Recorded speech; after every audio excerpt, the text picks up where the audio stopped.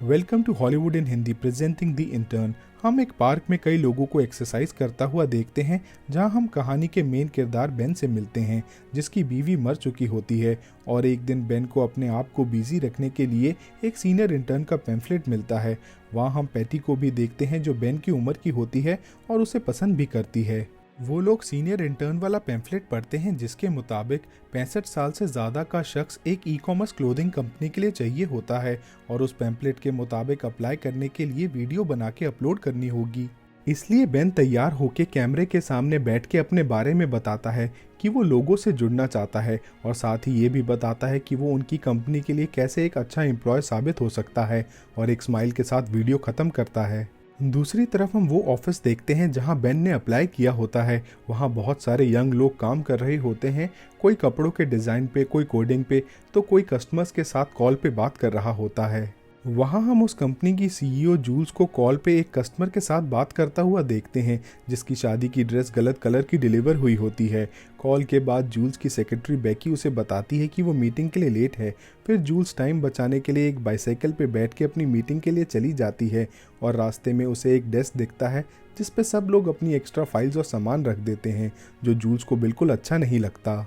और मीटिंग में हम देखते हैं कि जूल्स छोटे छोटे फैसले, जैसे कि एडवर्टाइजमेंट का बैनर, भी खुद चुनती है। फिर हम बेन को ऑफिस पहुंचता हुआ देखते हैं, जहां बहुत से लोग सीनियर इंटर्न की पोजीशन के लिए आए होते हैं। वहां बेन के कई इंटरव्यू राउंड होते हैं, जिसमें बेन बताता है कि उसने रिटायर होने से पहले 40 साल तक फ़ोन डायरेक्टरी की कंपनी में काम किया था और उसने वहां के मार्केटिंग डिपार्टमेंट से कंपनी के वीपी तक का सफ़र तय किया था।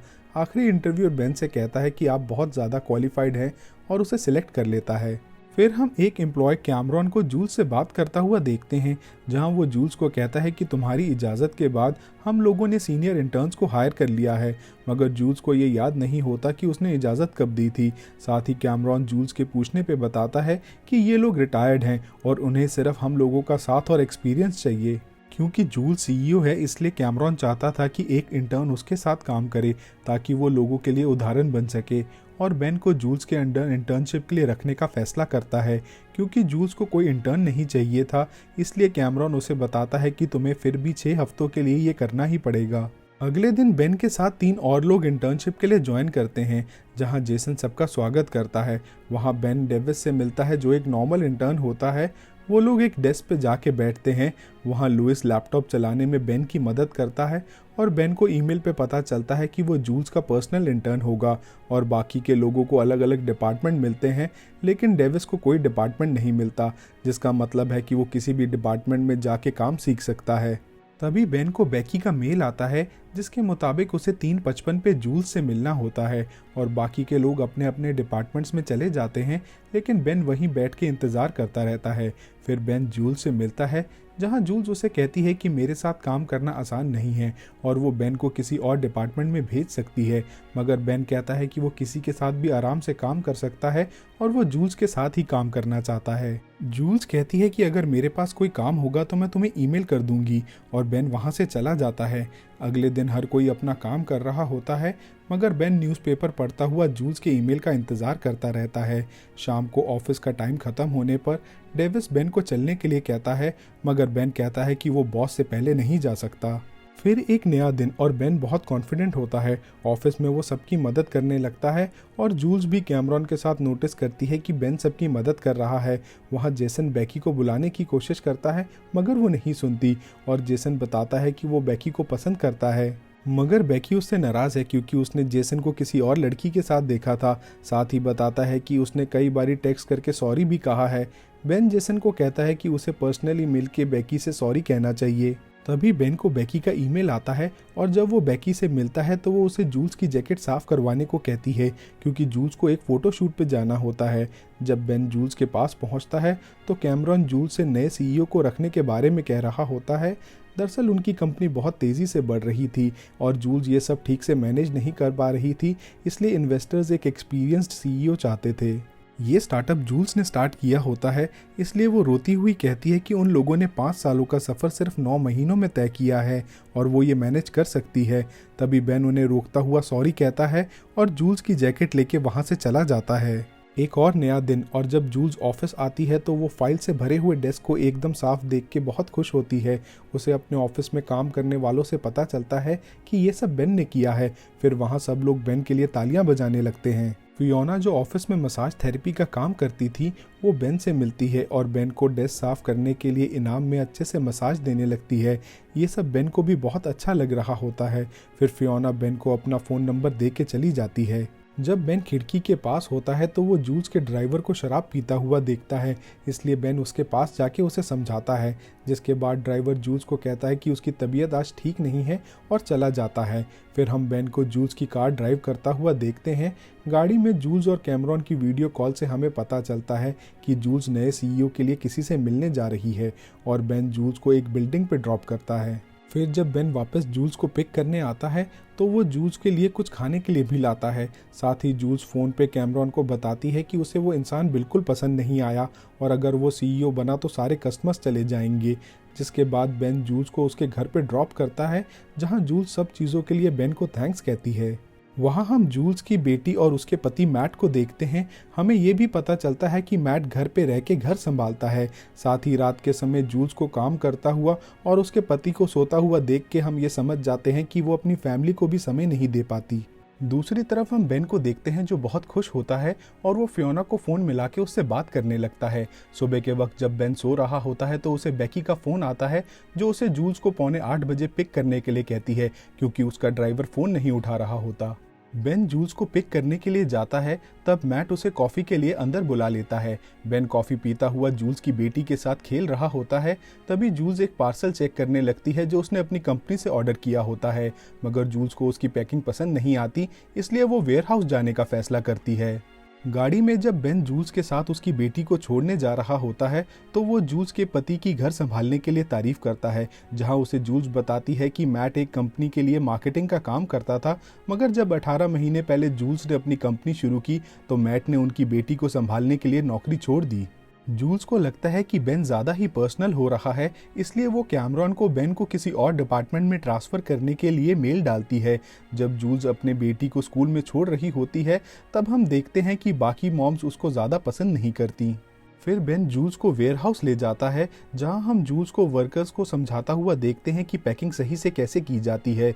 जब बेन वापस पहुंचता है तो वो मसाज रूम में फियोना के पास जाता है और जब फियोना बेन को फुट मसाज दे रही होती है तो वो सैटरडे को ऑफिस के बाहर लंच पे मिलने की बात करते हैं। ऑफिस में हम देखते हैं कि बेन, जेसन, डेविस और लुइस की अच्छी दोस्ती हो चुकी है, जहां वो एक दूसरे से सब बातें शेयर करते हैं। फिर रात के वक्त हम जूल्स को काम करता हुआ देखते हैं, साथ ही ऑफिस में बेन भी उसका इंतज़ार कर रहा होता है। तभी जूल्स बेन के पास पिज़्ज़ा और बियर लेके आती है और जब वो पिज़्ज़ा खाते हुए बात कर रहे होते हैं उस दौरान हमें पता चलता है कि बेन ने रिटायर होने से पहले 40 साल तक जिस कंपनी के लिए काम किया था उनका ऑफिस उसी जगह पे था जहां वो आज ई-कॉमर्स कंपनी के लिए काम कर रहा है। जूल्स पूछती है कि तुम्हें अजीब नहीं लगता, तो बेन कहता है उसे ऐसा लगता है जैसे वो वापस अपने घर आ गया है। फिर जूल्स बेन को उसका फेसबुक अकाउंट बनाने में मदद करती है, जहां हम देखते हैं कि दोनों की दोस्ती और मजबूत हो रही है। उसके बाद बेन जूल्स को उसके घर पे ड्रॉप कर देता है। अगली सुबह जब जूल्स बहुत अच्छे मूड में होती है तो उसे अपनी गाड़ी में डोरिस मिलती है, जिसे बेन की जगह भेजा गया था, क्योंकि जूल्स के मेल की वजह से बेन दूसरे डिपार्टमेंट में चला गया था और डोरिस गाड़ी का एक्सीडेंट करने ही वाली होती है, जिसके बाद हम जूल्स को खुद गाड़ी चलाता हुआ देखते हैं। फिर जूल्स सीधा कैफेटेरिया में बेन से मिलने जाती है, जहां वो बेन से माफ़ी मांगती है और उसे फिर से अपने साथ काम करने के लिए कहती है और हम बेन के डेस्क को बेकी के साथ लगाता हुआ देखते हैं, जहां जूल्स बेकी से कहती है कि मेरे ईमेल बेन देखेगा और सेल्स डेटा भी पहले उसे देखने दो। जूल्स के जाते ही बेकी रोने लग जाती है। फिर बेन के इशारे पे जेसन उसे संभालता है और उसे चुप कराने लगता है। दरअसल बेकी 14-14 घंटे काम करती है और उसे लगता है कि वो अपना काम ठीक से नहीं कर रही, इसलिए एक इंटर्न को उसकी मदद के लिए भेजा गया है। बेन बेकी को समझाता है कि वो उसकी मदद कर सकता है ताकि वो टाइम से घर जा सके और एक नॉर्मल ज़िंदगी जी सके। जब जूल्स कैमरॉन के साथ मीटिंग में होती है तब बेन उसे बताता है कि उसने सेल्स डेटा चेक कर लिया है और वो लोग जहां सबसे ज़्यादा पैसा लगा रहे हैं वहां सबसे कम सेल्स हैं और जहां पैसा कम लगा रहे हैं वहां अच्छी सेल्स हो सकती हैं। जूल्स उसे थैंक्स कहती है। तब बेन बताता है कि इसमें बेकी ने भी उसकी मदद की थी। जब बेन अपना काम कर रहा होता है तो डेविस उसे आके बताता है कि 2 हफ्ते हो चुके हैं और उसे रहने के लिए कोई जगह नहीं मिली। दरअसल डेविस दूसरे शहर से होने की वजह से होटल में रह रहा होता है, इसलिए बेन उसे अपने साथ रहने का ऑफर देता है, जिसे डेविस खुशी खुशी मान लेता है। और रात के वक्त हम डेविस को बेन के घर पे देखते हैं। अगले दिन जब बेन जूल्स को पिक करने उसके घर पे होता है, तब जूल्स बताती है कि उन्हें एक बहुत बड़ा सीईओ मिल गया है, मगर उसे चुनने के लिए उन्हें फ्लाइट से सैन फ्रांसिस्को जाना होगा। लेकिन जूल्स अकेली नहीं जाना चाहती और उसके पति मैट को अपनी बेटी के स्कूल जाना है, जिस वजह से बेन जूल्स के साथ जाने के लिए तैयार हो जाता है। जब बेन और जूल्स रास्ते में होते हैं तब जूल्स को फ़ोन पे पता चलता है कि उसकी वेबसाइट पे फ़ोटो जूम नहीं हो रही, जिस वजह से सेल्स बहुत कम है। साथ ही वेयरहाउस से भी जूल्स को बुरी खबर मिलती है। इस सब के बीच जूल्स अपनी मॉम से बात कर रही होती है, मगर उसकी मॉम उससे ठीक से बात नहीं करती और जूल्स एक ईमेल पे अपनी मॉम को टेररिस्ट लिख के अपने पति मैट को भेजने की जगह अपनी मॉम को ही भेज देती है। जूल्स अपनी टेक टीम से ईमेल डिलीट करने के लिए मदद मांगती है, मगर वो लोग कहते हैं कि सर्वर को हैक करना इतना आसान नहीं है। तभी बेन जूल्स से कहता है कि वो अपने दोस्तों के साथ उसकी मॉम के घर पे जाके ईमेल डिलीट कर सकता है। फिर हम बेन, जेसन, डेविस और लुइस को गाड़ी से जूल्स की मॉम के घर पे पहुंचता हुआ देखते हैं, जहां वो गमले के नीचे से चाबी उठा के घर के अंदर घुसते हैं और वहां सिक्योरिटी अलार्म की लाइट जलने लगती है। बेन जूल्स को फ़ोन करके पूछता है, मगर जूल्स कहती है कि उसकी मॉम बहुत कंजूस है और वो सिर्फ एक नकली अलार्म है। उन्हें जूल्स की मॉम का लैपटॉप मिल जाता है और लुइस उस ईमेल को भी डिलीट कर देता है, लेकिन तभी सिक्योरिटी अलार्म बजने लगता है और वो लोग पुलिस से बचने के लिए वहां से भागते हैं और गाड़ी में बैठ के जल्दी से निकल जाते हैं। फिर जूल्स उन चारों को थैंक्स कहने के लिए उनके साथ बार में पार्टी कर रही होती है, जहां वो बहुत ज़्यादा ड्रिंक कर लेती है और फिर हम बेन को उसे संभालता हुआ देखते हैं। और सैटरडे के दिन बेन फियोना के साथ होता है, मगर बेन को एक फ्यूनरल पे जाना होता है और वो फियोना को अपने साथ ही ले जाता है। वहाँ पैटी भी मौजूद होती है, जिसे हमने मूवी की शुरुआत में देखा था, और उसे फियोना को देख के बहुत जलन होती है।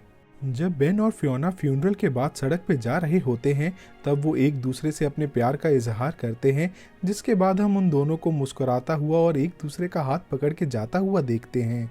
मंडे को जब बेन जूल्स के घर पहुंचता है, तब उसे पता चलता है कि मैट की तबीयत ठीक नहीं है, जिस वजह से वो जूल्स की बेटी को बर्थडे पार्टी में ले जाने के लिए हाँ कह देता है। बेन जूल्स की बेटी के साथ एक पार्क में पहुंचता है जहां बर्थडे पार्टी होती है। वहां वो बाकी बच्चों के साथ खेलने के लिए चली जाती है और बेन बाकी बच्चों की मॉम से मिलता है, जहां वो जूल्स की बहुत तारीफ करता है। मगर जूल्स की बेटी ठीक महसूस नहीं कर रही होती, इसलिए वो दोनों गाड़ी से वापस चले जाते हैं। तभी बेन रास्ते में देखता है कि एक दूसरी गाड़ी में मैट किसी और लड़की के साथ है, मगर मैट उसे नहीं देखता और वहां से चला जाता है। फिर जब बेन जूल्स के घर पहुंचता है तो उसकी सो चुकी बेटी को लेके घर के अंदर जाता है, जहां मैट पहले से मौजूद होता है। बेन वहां से जाने से पहले मैट से कहता है कि तुम जो भी कर रहे हो वो सही नहीं है, और मैट समझ जाता है कि बेन का इशारा किस तरफ है। बेन जब ऑफिस में आता है तो वो मैट की असलियत की वजह से ठीक महसूस नहीं कर रहा होता, और जब बेन काम कर रहा होता है तब जूल्स उसके लिए किसी के बर्थडे का केक लेके आती है, जहां वो देखती है कि बेन की तबीयत ठीक नहीं लग रही। बेन मैट की बात को छुपाता हुआ कहता है कि उसकी उम्र में थकावट की वजह से ऐसा हो जाता है। एक नया दिन और हम बेन और जूल्स को सैन फ्रांसिस्को की फ्लाइट में बैठा हुआ देखते हैं, जहां वो दोनों खाना, ड्रिंक्स और एक दूसरे का साथ एंजॉय कर रहे होते हैं। फिर रात के वक्त जब जूल्स होटल में होती है, तब फायर अलार्म बजने की वजह से सब लोग होटल से बाहर आ जाते हैं, और होटल वाले जब सब ठीक कर लेते हैं, तब हम बेन और जूल्स को अपने कमरों की तरफ जाता हुआ देखते हैं, जहां जूल्स बेन को अपने कमरे में आने के लिए कहती है। जूल्स बेन को आराम से बेड पे बैठने के लिए कहती है और उसे पीने के लिए कॉफ़ी भी देती है। फिर जब दोनों आराम कर रहे होते हैं, तब जूल्स बेन से उसकी शादी के बारे में पूछती है। बेन बताता है कि उसकी पत्नी के मरने से पहले वो लोग 42 साल तक एक साथ थे, और उसकी पत्नी एक प्रिंसिपल थी जो सब कुछ बहुत आसानी से संभाल लेती थी। फिर जूल्स बेन को बताती है कि उसका पति मैट उसे धोखा दे रहा है। बेन कहता है कि उसे पता है और उसने कल ही मैट को किसी और के साथ देखा था। जूल्स रोती हुई कहती है कि वो मैट को खोना नहीं चाहती, और बताती है कि जब मैट की नौकरी बहुत अच्छी चल रही थी, तब उसने मेरी और हमारी बेटी के लिए अपनी नौकरी छोड़ दी थी। इसलिए मैट के कारण ही ये ई-कॉमर्स कंपनी इतनी बड़ी हो पाई। जूल्स साथ ही कहती है कि ये सबसे बड़ा कारण है जिस वजह से वो नया सीईओ रखने के लिए तैयार है। फिर जूल्स अच्छा महसूस करने के लिए टीवी चलाती है और गाने सुनते हुए आराम से सो जाती है। अगली सुबह बेन गाड़ी के साथ जूल्स का इंतज़ार कर रहा होता है, और जूल्स एक बिल्डिंग से मुस्कुराती हुई आती है। फिर वो लोग एयरपोर्ट के लिए निकल जाते हैं। दरअसल जूल्स नए सीईओ के लिए जिससे मिलने गई थी वो जूल्स को बहुत पसंद आया होता है। जूल्स जब घर पहुंचती है तो अपने पति को भी बताती है कि उसने नए सीईओ की पोजीशन के लिए एक शख्स को चुन लिया है और कहती है कि शायद वो दोनों एक दूसरे को फिर से वक्त दे सकेंगे। जिसके बाद हम जूल्स को उदास होकर बाथटब में नहाते हुए देखते हैं। साथ ही उसका पति मैट भी बहुत मायूस होता है। अगले दिन जूल्स टैक्सी से बेन के घर पहुंचती है जहां वो फियोना को देख के बहुत हैरान होती है। फिर बेन जूल्स से मिलता है और उसे बताता है कि फियोना कल रात को डिनर लेके आई थी। जूल्स कहती है कि वो ठीक से सो नहीं पाई और उसे नया सीईओ मिल तो गया है मगर उसे नहीं पता कि वो नए सीईओ की पोजीशन के लिए किसी और को रख के सही कर रही है या गलत। बेन उसे कहता है कि ये ई कॉमर्स कंपनी तुमने बनाई है, साथ ही कोई और इंसान इसे अपना समझ के काम नहीं करेगा और अगर कोई और ज़्यादा अनुभवी सीईओ आ भी गया तो तुम कभी सीख के आगे नहीं बढ़ पाओगी। बेन साथ ही कहता है कि हर किसी को कुछ इतना बड़ा करने का मौका नहीं मिलता, लेकिन इसलिए तुम नए सीईओ को रखना चाहती हो कि तुम्हारा पति तुम्हें ना छोड़ दे, ये तो गलत होगा। जूल्स बेन की बात समझ जाती है और उसे थैंक्स कहती है। बेन और जूल्स ऑफिस आ जाते हैं और जब जूल्स अपने कैबिन में होती है तो मैट उसके पास पहुंचता है जो जूल्स को कहता है कि मेरे लिए तुम अपनी सीईओ की पोजीशन को ना छोड़ो। साथ ही मैट जूल्स को बताने लगता है कि वो कैसे जूल्स को धोखा दे रहा था मगर जूल्स कहती है कि उसे पता है। तब मैट कहता है कि मैं बहुत शर्मिंदा हूँ, मुझे माफ़ कर दो और आगे से कभी ऐसा नहीं होगा। जिसके बाद जूल्स रोती हुई मैट के गले लग जाती है और जूल्स ये सब बताने के लिए बेन के पास जाती है मगर उसे बेकी से पता चलता है कि बेन आज की छुट्टी लेके जा चुका है। फिर जूल्स मसाज रूम में फियोना के पास जाती है जहां उसे बेन के बारे में पता चलता है। आखिर में मूवी पहुंच जाती है उसी पार्क में जहां से शुरुआत हुई थी और जूल्स भी बेन को ढूंढती हुई वहां आ जाती है। फिर बेन के साथ एक्सरसाइज करती हुई उसे बताती है कि वो ही सीईओ रहेगी और अब सब कुछ ठीक हो चुका है। Thanks for watching. Do subscribe for more such videos. Also like, comment and share to support us. Thank you.